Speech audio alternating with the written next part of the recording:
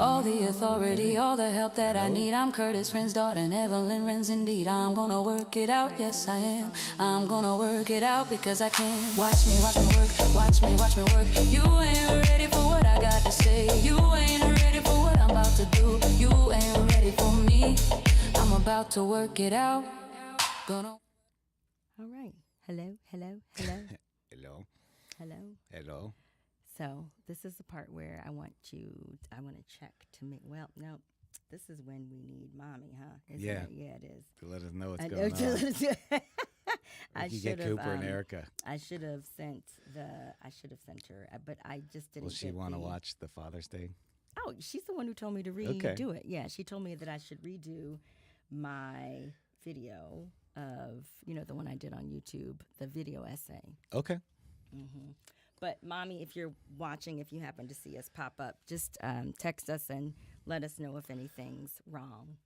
Can you see on the screen whether anyone's watching? I can't because... Because you have OBS up. Mm-hmm. Okay. Also, not only do I have OBS up, but...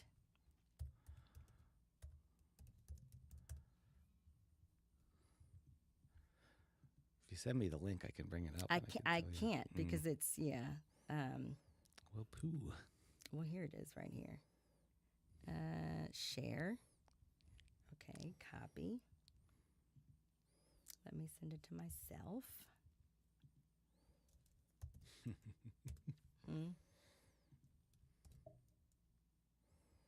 Actually sent it to the OG chat. Okay, cool. Maybe we'll get some OGs But on. now let me see here.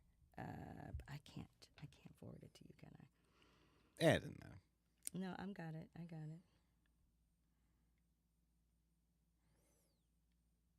Ooh, look at this. I see stuff happening. Mm-hmm.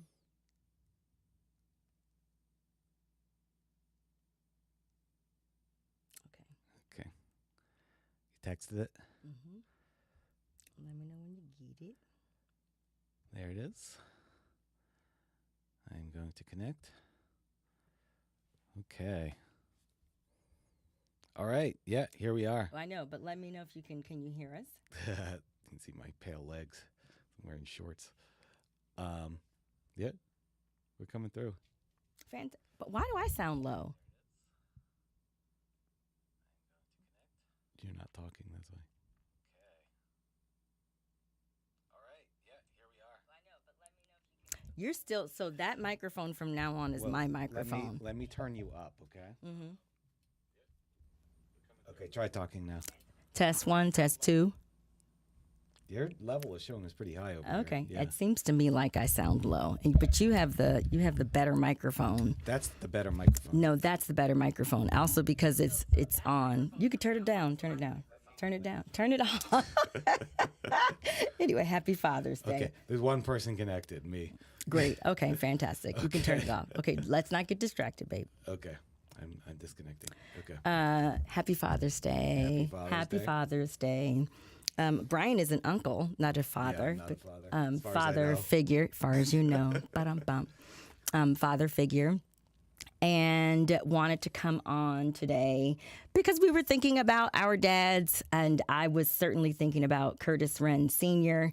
My mommy had suggested that I do a revisit of, Life with Daddy towards the end of his life. And so I pulled up a couple of videos of one of us talking to the camera after a daddy conversation. Do you want to see it? Sure, if you want, bring it on up. Sure, yeah. Let me see. Let me find them. So why don't you show everyone the shirt you're wearing? Good point. So my shirt has... Monogrammed. It has a monogram on it. And it says C. Why am I putting it up to the microphone? And it says CLW. So everyone could hear your shirt. CLW for Curtis Lee Wrenn Sr. Mm-hmm.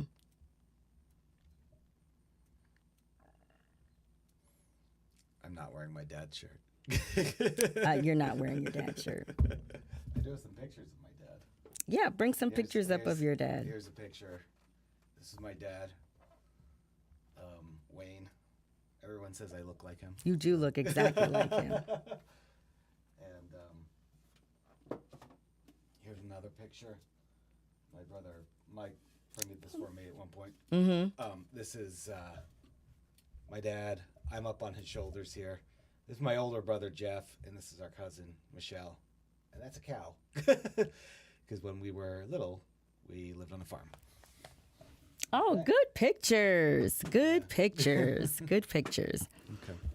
All right. Well, so the picture, the photo, the images of the two of us talking to Daddy, I couldn't find. They weren't coming up for me. So I'm going to just play some others. This is him breaking free. Oh, this is when he got out of the nursing home. Do it again. Yes. Put your hands up. There you go. Thank you. Thank you. So how old was your dad at this point? He was 91. 91 Yes, years he was old. 91. And he was getting discharged from the rehab facility and going to what became his, the place where he passed, another type of facility where he lived with his wife. Yeah. Mm-hmm. Assisted living.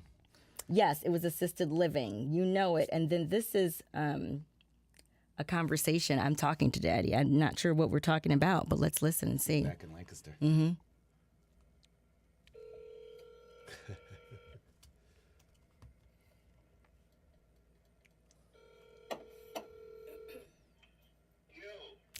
Daddy? This is the most painful thing. This is the most painful thing I think I've ever witnessed in this country. You watching TV? Daddy, yes I am. I wonder what was happening. So I cried. Oh, January 6th. I cried. January 6th, 2021. January 6th, 2021. And he said, "Yo." Oh, can we listen to this, please? Yeah, go I ahead. want to hear what else he said. I Yeah. was And putting I'm the going mic to tell down, you so why everyone else I can- cried. I'm going to tell you, I cried looking at this mayhem on TV. Because with all the people storming the Capitol. And I thought if they had been black, they would all be dead.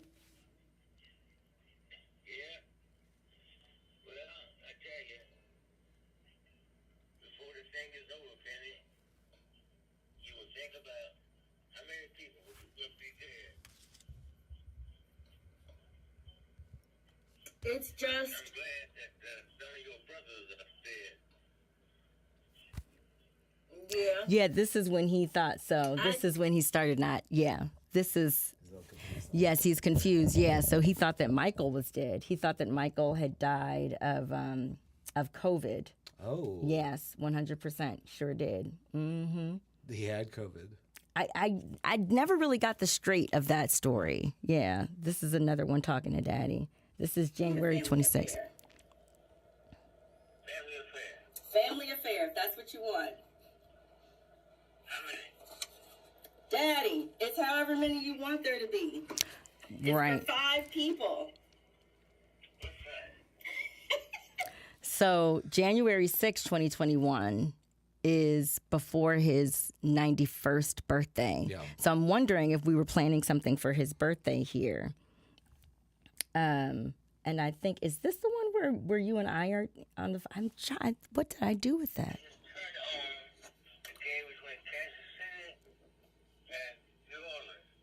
Oh, okay.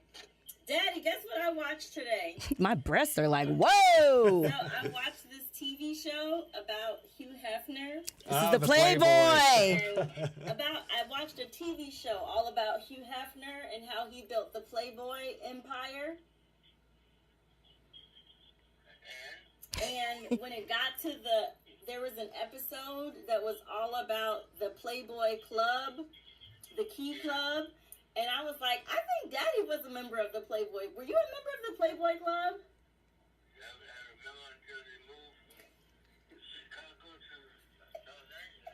I knew it. I knew you I were a wonder if member we of have the call with of the Chicago one day? So backstory. Do you remember? Can you hear yourself laughing in the background I there? remember this Okay, tell us what you remember. Well, I remember he talked about how he took your mom Yeah. to the Playboy Club on dates when they were dating, And we called mommy too to confirm that. Yeah. And then at one point, did you buy him? You were gonna buy him a Playboy. We were gonna sweatshirt. buy him a Playboy sweatshirt. Yes, we were gonna buy him a Playboy sweatshirt. That's a regret. You didn't do that. No, I never did it. Yeah, that's a regret. That's a regret. That's a regret. Let's play a little bit more of this. Okay.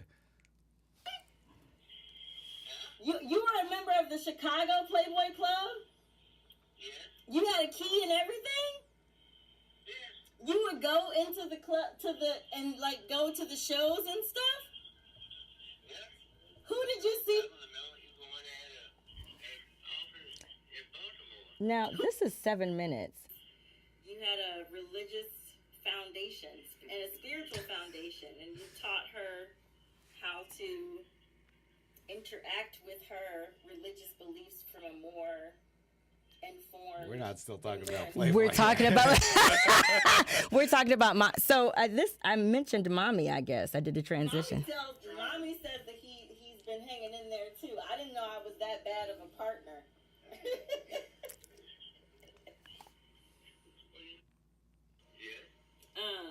But why did you like Playboy so much?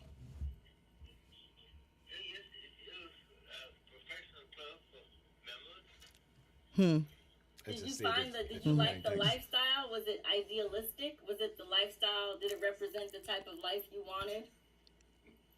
You're laughing. You're like, really, Penny? You're so over it. So Brian is here. Brian says, "Hi, Daddy."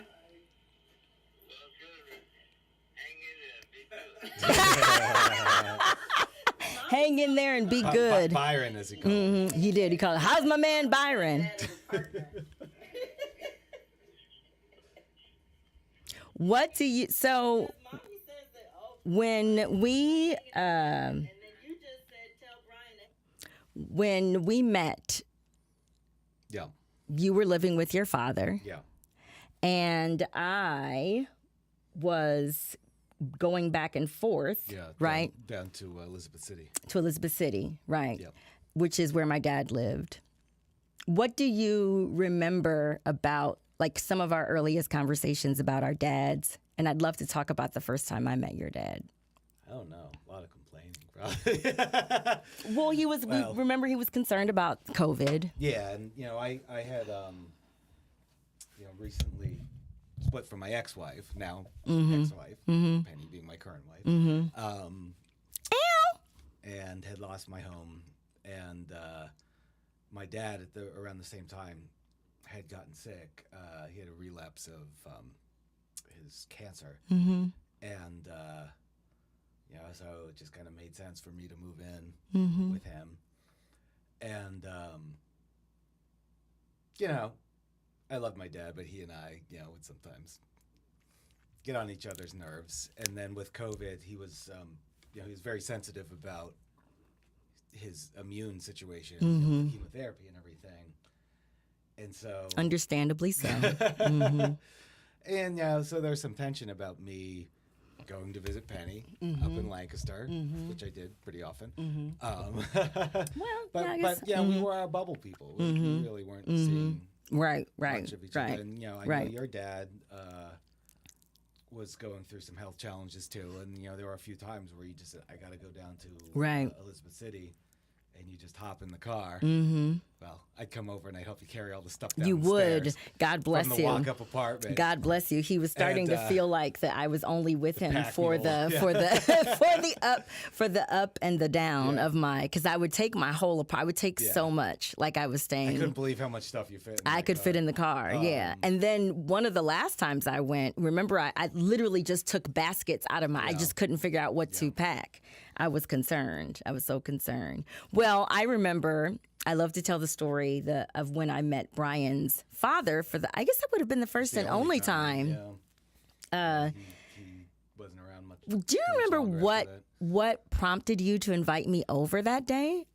Well, I think what had happened is like the COVID restrictions were lifting, and my dad was just more open to meeting outside people. And if you remember, we did it on the back porch. We didn't go inside. But it was intentional. When I look back on it, it was intentional because we did do it on the back porch. I was doing yard work. You were doing for yard my work, dad. yeah. And while I did that, Penny sat on the porch with him. And you guys talked. And for we a few hours. hours. Yeah, we talked for hours. I did a lot of yard work. Yes, we that talked. day, We if I talked for remember hours. correctly. We talked about his days in a fraternity. We talked about his work. We talked about raising the boys. Brian is the middle son of 3 boys. We talked about Sister Ellen Gohacky, your mom. My mom. She was still alive at the time too. Yes, she was. She was still alive at the time She was in too. a nursing home. Right. And that was, I think, after the first time I'd met your mom, because I saw your mom twice. Yeah, you came to the nursing home a couple times, and were able to meet her And to hold her hand. Yeah, to the extent that she was in condition to really meet anyone. Right. Yeah, that's toward the end of her life as well, and she was pretty out of it. But, Well, and I love to say that when I met, I'm sorry, what? and then the nursing home you couldn't get into for over a year because of because of COVID. They wouldn't allow visitors. Yes, I know. Yeah, so and I remember, I think it might have been the second time you met her was when they started allowing visitors in again. Indoors, even though I still think the visit when she was outside was lovely. Yeah. It was just first time meeting her. She had beautiful gray hair. So when I met his dad, Mr. Gohacky, we're talking, and I don't know how I brought it up, but I said something asked him about his relationship with Brian, or how he felt about Brian, or if he was glad that Brian was there, and that Brian has liked being a assistance or being there as support for him. And he said that Brian is a good son, and I was like, And I think I might have asked, like, oh, well, have you told him that? And he said, no, I should tell him that more often, as if he had told him at all, I guess. But I have to believe that I know that sometimes we don't hear what our parents are saying the way they intend it. But it was a really lovely moment for me. And I remember telling my mom, like, girl, I met Mr. Gohacky. Let me tell you who's not as mean and fussy, as curmudgeonly as I thought. I thought he was going to be curmudgeonly. He was an old school guy, and especially with other men, he wouldn't express things. And that's just how he was raised. I get that. And I know that can be hard to overcome. And even myself, I like to think I'm a pretty open guy, but there's stuff that I have trouble expressing. It's just, sure. It's a cultural thing. Yes, it's a cultural thing. Yes, it's a cultural thing. Yeah. Oh, well, he raised my favorite man on the planet. So the Gohackys did a good job. They did right by me, that's for sure. They did right by me. So I want to play some other stuff of. This is when. So I set up a meeting with my father and the mayor of Elizabeth City, North Carolina, Betty Parker, who ended up being in the news soon after this meeting because there was. It was the time of the, quote, racial reckoning, end quote. Yeah, and, George Floyd. It was like, and there were so many different eruptions, if you will, in different cities. And there was a no-knock warrant situation, I think it was in Elizabeth City. But this is but you also their meeting. You also have to tell them about the chair, too. Oh, the King Tut chair. King Tut chair. The famous King Tut chair. So the chair... You can see her sitting in it there. Yeah.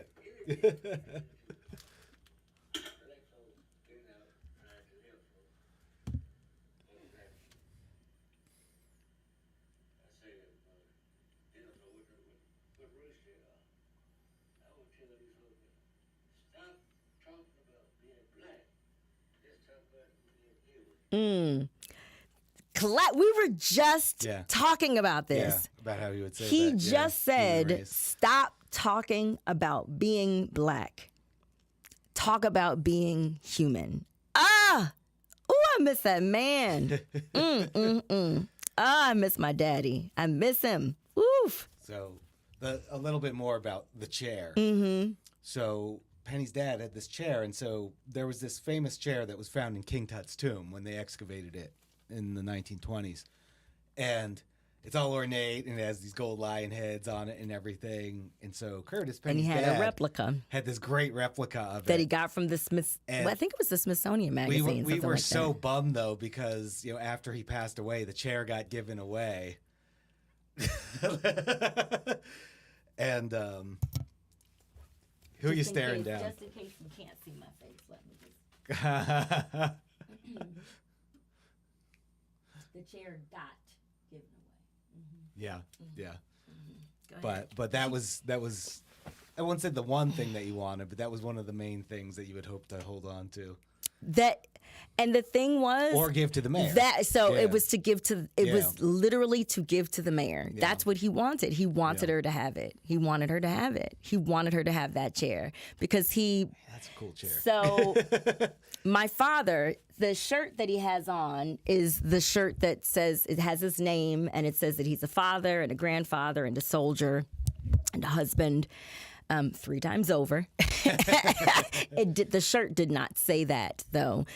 My father was one of those men whose nobility was self-assigned. Like, he came from his own sense of self-confidence. And to him, he was special. And so when he saw special, that meant, as I like to say, game recognizes game. Yeah. And he would famously give people, like if there was a preacher who had preached a wonderful sermon, or the day that Betty Parker, I think, came to their church, he would go up and he would give them a nickel. And the nickel, yeah. And that was something that Reverend Phillips at Prairie View University taught him or had done with him. And I forget the rationale. I forget the reasoning. I don't know if I have it written down anywhere. But he saw that the election in Elizabeth City, that it was crucial, and he wanted to make sure that he was doing his part to get out the vote. He really liked Mayor Parker. And he thought, as my mom says, they used to entertain, and he loved to entertain, and he loved to have my mother was an accessory. She was part of the presentation, when they were entertaining. They had a lovely home, and they had lovely crystal and this and that or whatever. Pretty young wife. Yes, Yeah. pretty young wife. And so why would he, he's a hospital administrator, right? So, he kept that same sense of self, even retired. This was just months before he went into a rehab facility, and everyone he wanted to invite the mayor over, and he wanted to create campaign signs for her, and everyone laughed at the idea. When I say everyone, I mean his wife, my brother, and I wanted to take him seriously, and I did. I rearranged the entire room so that they could sit, because that's not how the room was set up. And I put the flowers, like, I wanted it to be a scene. I wanted him to be able to hold court, and I wanted him to be able to present her with the setting that he thought, befit her importance. One of the things that I gather about your dad. So I only met Curtis one time. It was very short. Mr. Wrenn. Yes. Mr. Wrenn. Curtis was my brother, Mr. Okay. Wrenn. Mm-hmm. Curtis the senior. I met him one time, and it was very short because unfortunately he had a health issue going on, and so couldn't spend a lot of time with him. But you shook his hand. yes, I did. But from all the things that Penny told me about him, one of the things that struck me about him is that he was the kind of guy that it never occurred to him that he couldn't do this kind of thing. Yeah, 100%. Right? And, even when he got older and maybe, his capacity was diminished, even then he was still writing letters and he was still, wanted to talk to the mayor. And it was not that it was not as if he had been declared legally incompetent. Yeah. We got to be careful when we talk about people's capacity diminishing or their cognitive functioning declining. I mean, he was just older. He was physically, Keep going. No, but limited keep and so going. forth. Yeah. But this is a guy that he had an issue. Why not argue it to the all the way up to the Supreme Court? Why not yourself? Yes, yourself. What's stopping you? Right. Know? That's what it's there for. That's what the legal system is there for. Right. And so that to me, he just seemed like a person who never even considered that he can't do something, couldn't do something. And maybe eventually he'd run into limitations. It's like Thurgood Marshall saying, "We got this guy. I'm tired of this dude. He's got to stop." Thurgood Marshall, right? Like I'm tired of hearing from this brother. So eventually he'd maybe run into a barrier, but it's like he would have to get to that barrier to recognize that it was there. He wouldn't be just like, oh, it'll never work. Right. May as well try. Right. Right down to the end of his life. I didn't pull any videos from his last, except for the "I'm out" video. But because I do, as part of 101 Ideas, stay tuned. Please tune in July 4th from 12 a.m. to 11:59 p.m. There's an entire section about what I call lifespan management as a system, as a software, meaning I see my father's life as still. Your mom's saying, look at the chats. I think she's sending stuff in the Oh, chats. okay. Yep. Thank you. Let me see. How did I look at the chat? I don't even know how to do that. You have to go to YouTube. You might have to do it on I'm your in phone. YouTube. Oh. Oh, here we go. Where are we? Honeymooned at Lake Geneva, the Playboy Club Resort in Wisconsin. Oh, we're getting details. She said y'all shared a lot. Tell what Mr. Gohacky thought. Oh. She's such that. So first, Curtis and I honeymooned at Lake Geneva, the Playboy Club Resort in Wisconsin. That was a fun fact when you told me that before, Mommy. In Wisconsin. Nice. Let's go. Well, it's one of these places that like people don't think of as a vacation spot anymore, but back then it was like that was hot stuff. I want to pull up one of their wedding. Oh, and then she also said that we shared a lot. I'm assuming that means we shared too much. Overshared. And we overshared. And tell what Mr. Gohacky thought about you. So I'll let you take that one. Wait, well, you told me what he said to Jeff, my brother. No, Jeff told us what he said. You told me what Jeff told you that he said. Oh, because you were up, you had gotten up from the table. Yeah. So your father was in the hospital, and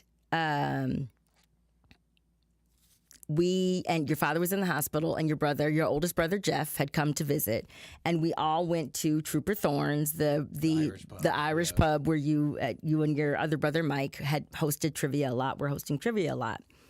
And we had just sat down at a booth, one of those booths in the corner right there when you first walk in over there to the right. Yeah. And Jeff and I sat down, and you had gotten up to go get drinks. And so he said, yeah, my dad really liked meeting you or something like that. And I said, really? He said, yeah. He said, what, did he use Negro or did he use colored? Right. He said, I met Brian's girlfriend. She's a colored girl. Yeah. My dad wasn't up on the PC. And I thought that was a very, did I say that right? Let's check the chat, make sure I said it right. And that I thought I was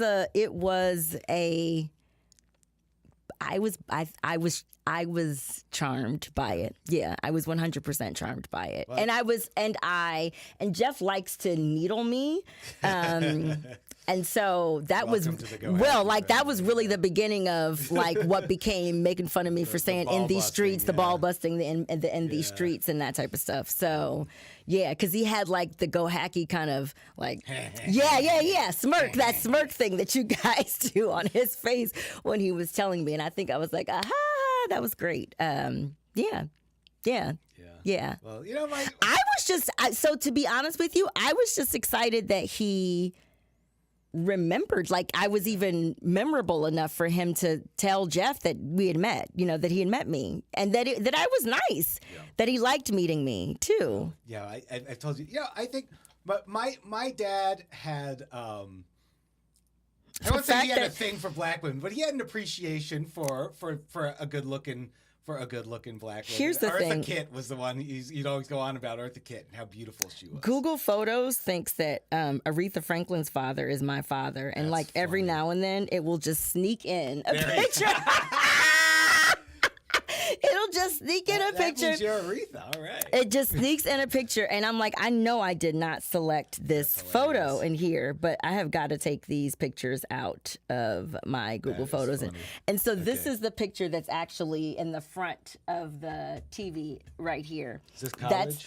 That's my college school, graduation. It's the only picture I have with both of my parents. Yeah, that's the only picture I have with both of my parents, and it's one of my favorite pictures. And your eyes are closed.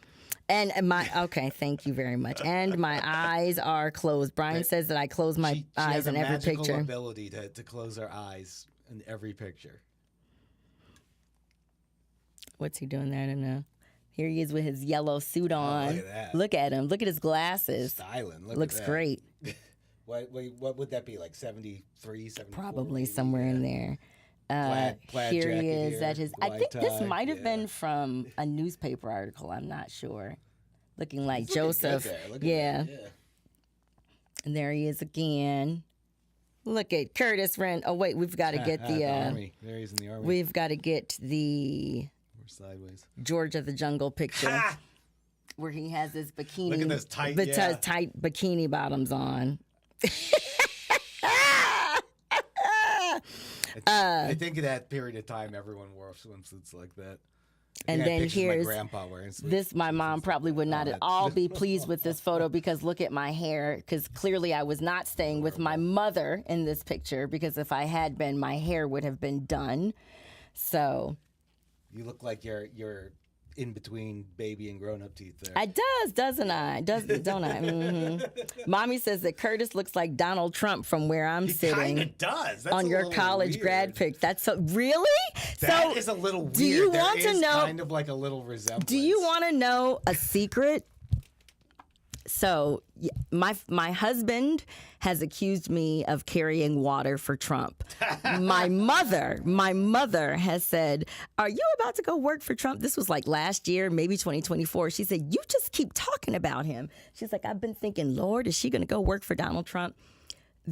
I have no opinions either way about Brother Trump, but I will say he does remind me of my father. There is something about him, and there's something about like Ivanka. That's the daughter's name. I think about there. You're right, Mommy. You're absolutely right. I don't know what it There are is. some physical like echoes. There 100%. Yeah, totally. Which I never had thought of before, but I'm even looking at this picture. You Even think of looking at Trump this when he was picture, younger, yeah, and 100%. you look at like the way their faces are shaped and everything, and there's some similarities. Yeah. Well, and I mean, look, if you think about it, that the same way that you were describing him, Daddy, he never considered that he couldn't, right? That he brought the you have said, but you read it. So Brian read an article once, and it described Donald Trump as the gadfly of the legal system. Was that what it was? Was that what it was? It was something I like that. described your dad that way. You described my dad that way, but you had read something then. You were reading something about Trump and the way that they were describing him and just how he was filing. That my dad, they're kind of cut from the same cloth to some degree. I think it's unfortunate that I just don't understand. I guess he never had any black friends. I feel like there could have been one or two like mitigating factors, presences in Donald Trump's life. Like he was just right there to be just a little bit different kind of person. Something just tells me that. So, speaking of the resemblances. Oh, tell me. Here's something. So Penny, if you look at these glasses Penny's wearing, Oh right? boy. Whenever she wears them, it's like, Hold it up. Go closer to the camera there. so my dad, those are exactly the same glasses that my dad always wore. And so you see, this picture was probably taken in the early 70s sometime, like maybe like 72 or so. And those same frames, not the same style of frames. Hold it close because Those- it's kind of there. You go. those Now you can same see. frames he wore up until he died. Sometimes I try to make the face that he's making. It's so And I wear them in bed for romantic times. Mommy says, girl, doing anything for Trump should be very well thought out beforehand. Mommy says, the glasses, exclamation point. Oh, give it up for Evelyn Wrenn. It freaks me out a little bit when I look over at Penny and I see her. Well, wearing and those we glasses. keep the picture by the door because just every now and then you have to bring the picture closer because he's making this face like, and Brian makes the face too sometimes. So, our little. Yeah. Look at him. Oh boy. Yeah. So our little nephew Blaze saw this picture and asked if it was me. So. Did he really? Yeah. Oh wow. I said, Did he really? Yeah. Wow. That's my dad.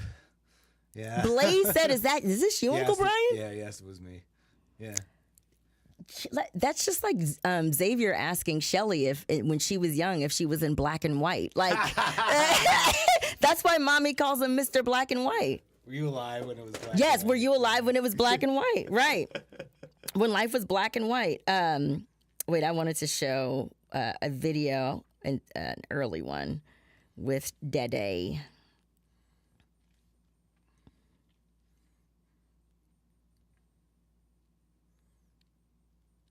Oh, this is Curtis cutting his hair.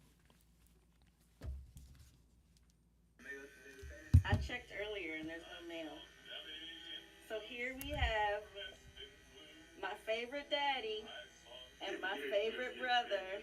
My favorite daddy and my favorite brother enjoying one of the grooming activities beloved by black men since the days of slavery. I don't know where I She got went that there. from.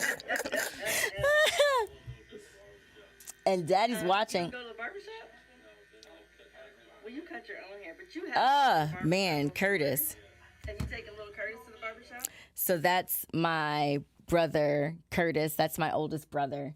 And he's my dad's namesake. And we lost Curtis in 2023. Yeah, we lost Curtis in 2023 to pancreatic cancer.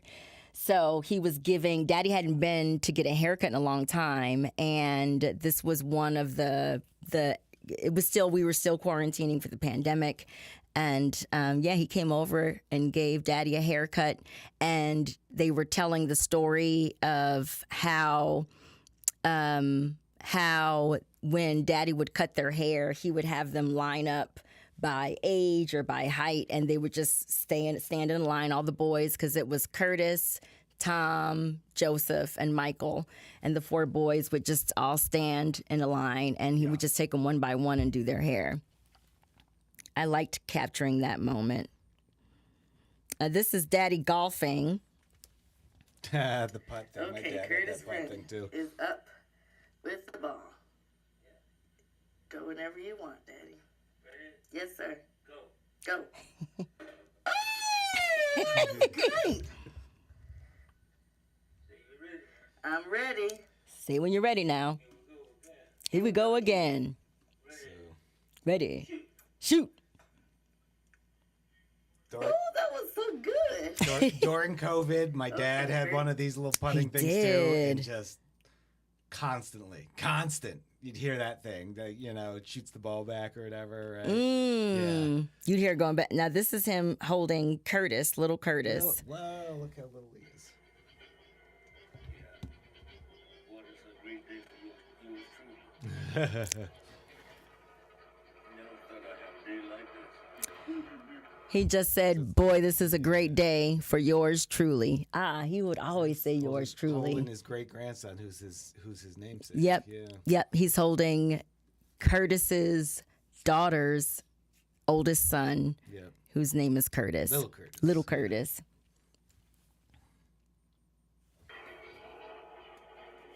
86, and here I got a little person in the family. 86, and here I got a little person in the family.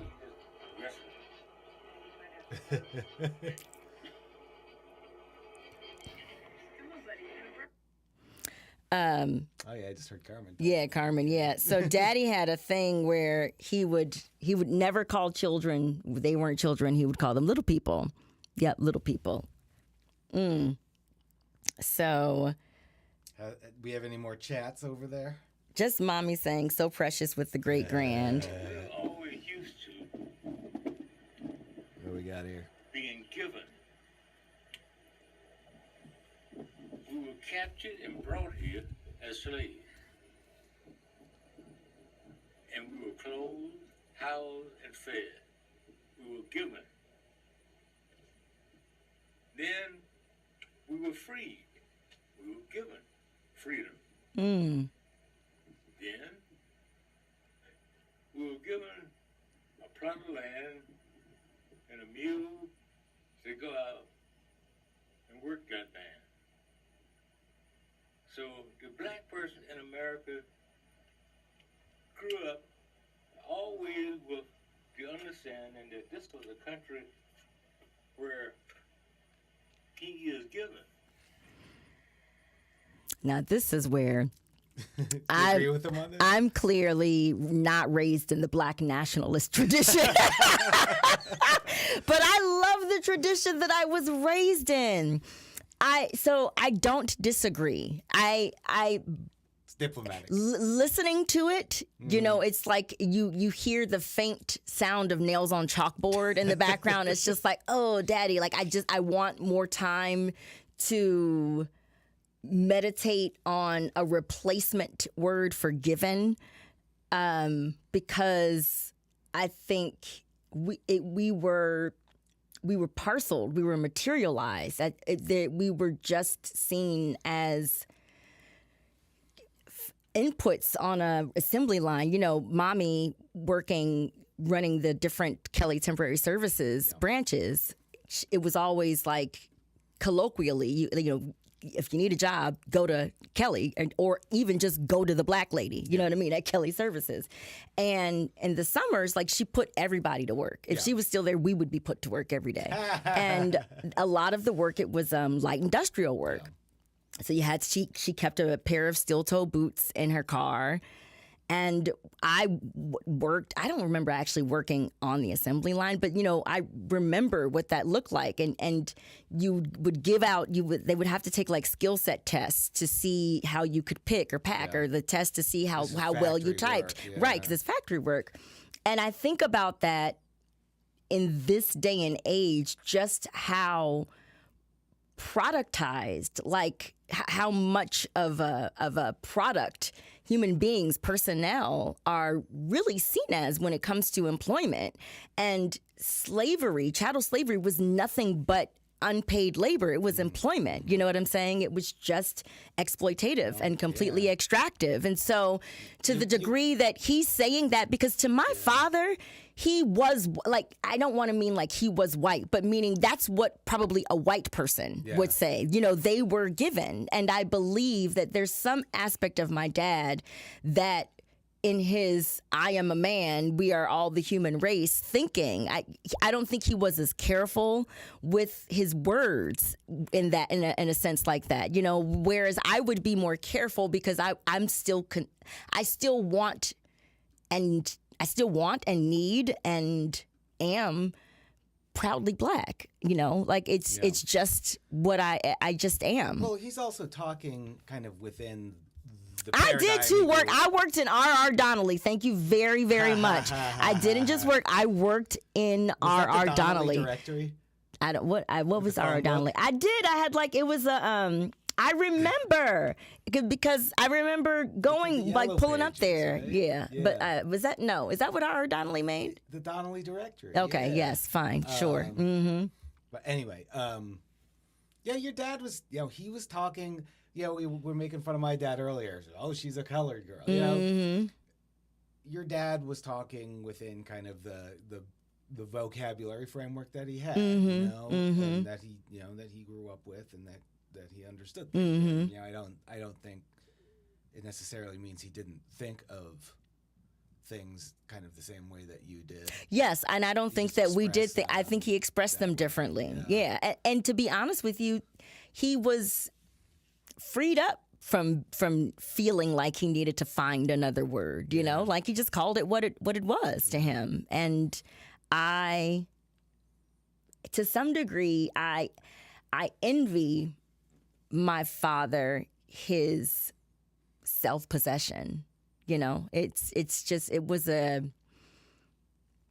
the same thing that made him say, when I said, "You really think you're smarter than the rest of us, right?" And he looked at me and he said, "Yes." That sounds like a person with no self. No self-doubts. No self-doubts, right? But I don't, so he's giving, Mommy asked where he's giving this speech. It was in front of his home. Mommy said, yes, the directory company.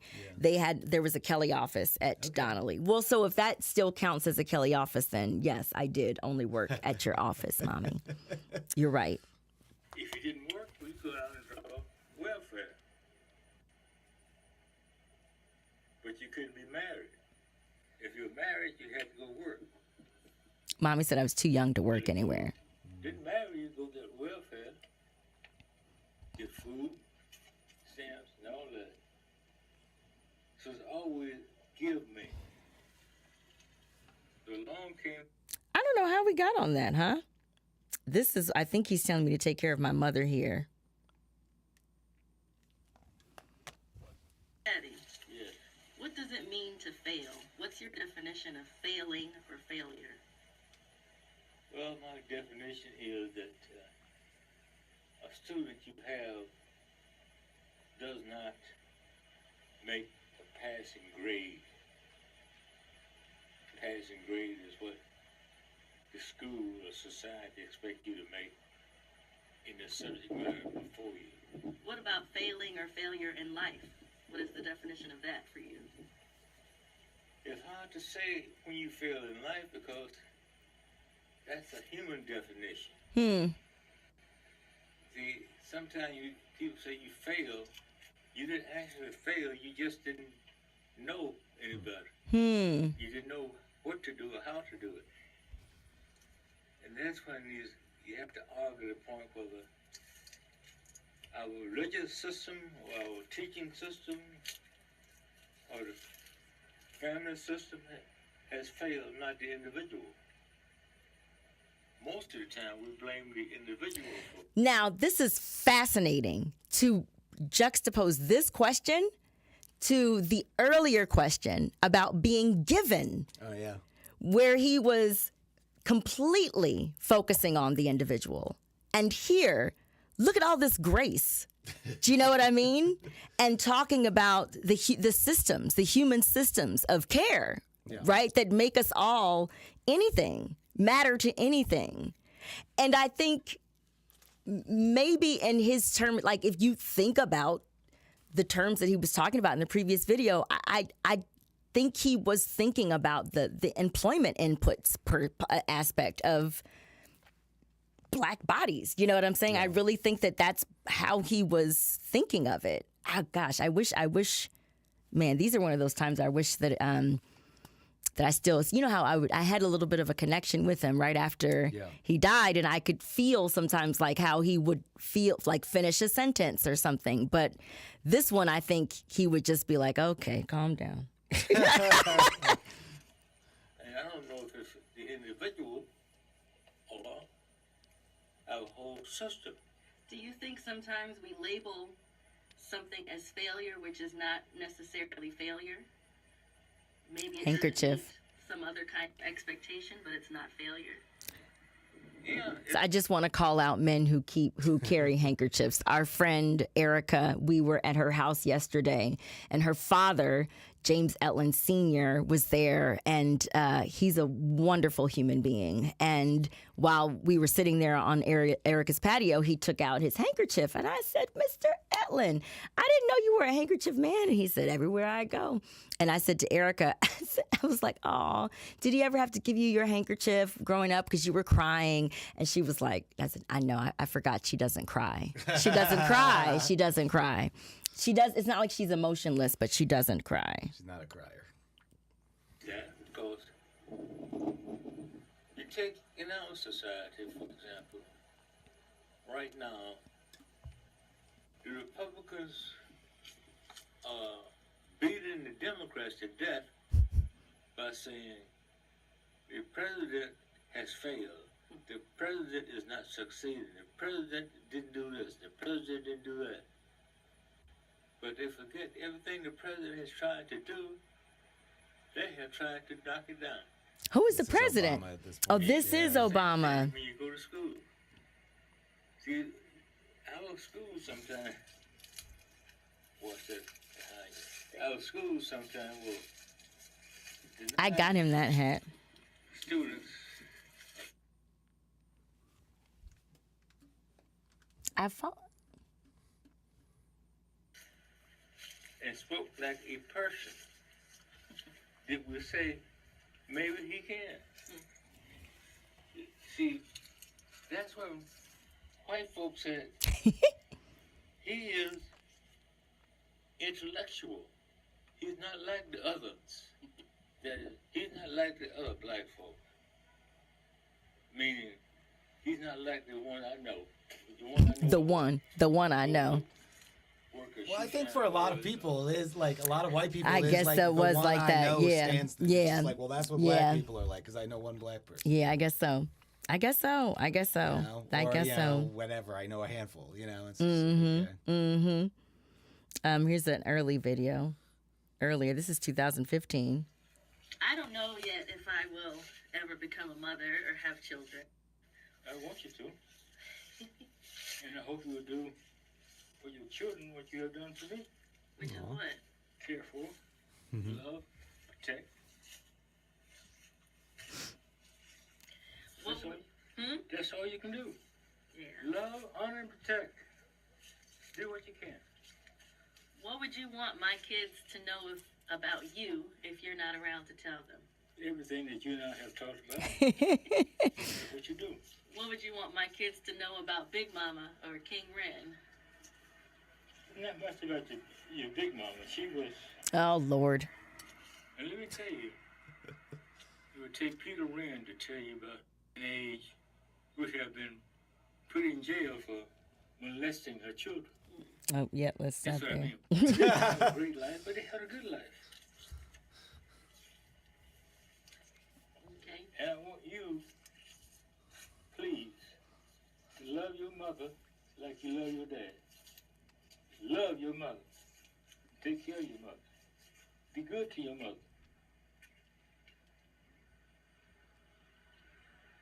There's a package on the shelf. Love your mother. Take care of your mother. Be good to your mother. There's a package on the steps. There's a package on the steps. There's a package on the steps. Happy Father's Day. Yeah, happy Father's Happy Day. Father's Day. I miss our dads. Yeah. What are some, so as I put together for 101 ideas, the ideas, I've been talking about, don't give me some money because I'll start the Curtis Wrenn Foundation for wealth, wellness, and well-being. And it's a foundation, but it's really, I see it as a B Corp, right? I don't see it as a foundation, like in terms of a charitable organization. And I see it as it is a vehicle for, again, lifespan management. Like, when your kids are born, right, you start doing the life binder. You're going through the life binder activities. You are protecting their digital sovereignty, right? You are doing what you can to buy whatever website pages that they should have. Not saying that you publish them or promote them, that kind of thing. And you're building intellectual property somehow, right?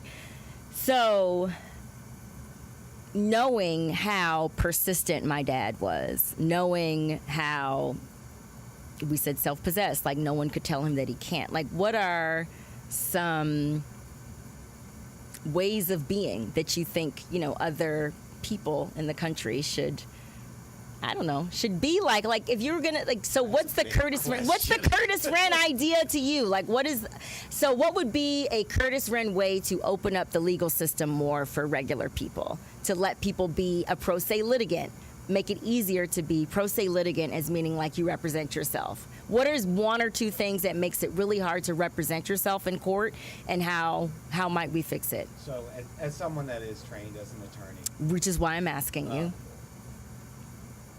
the way that the legal system is set up, there are a lot of kind of formal hoops that you have to jump through that, in the grand scheme of things, don't mean a lot, but basically every step of the way you can fail Easily. if you don't jump through the hoop correctly. The right way. And it's gatekeeping is what it is. And, it's the legal profession trying to justify The fees. justify the amount of money it pays itself. I mean, it's a big part. And the legal system is difficult and intricate and dangerous. And so you can, there is an argument to be made that there's a reason that these barriers exist, because you can get into a lot of trouble really quickly.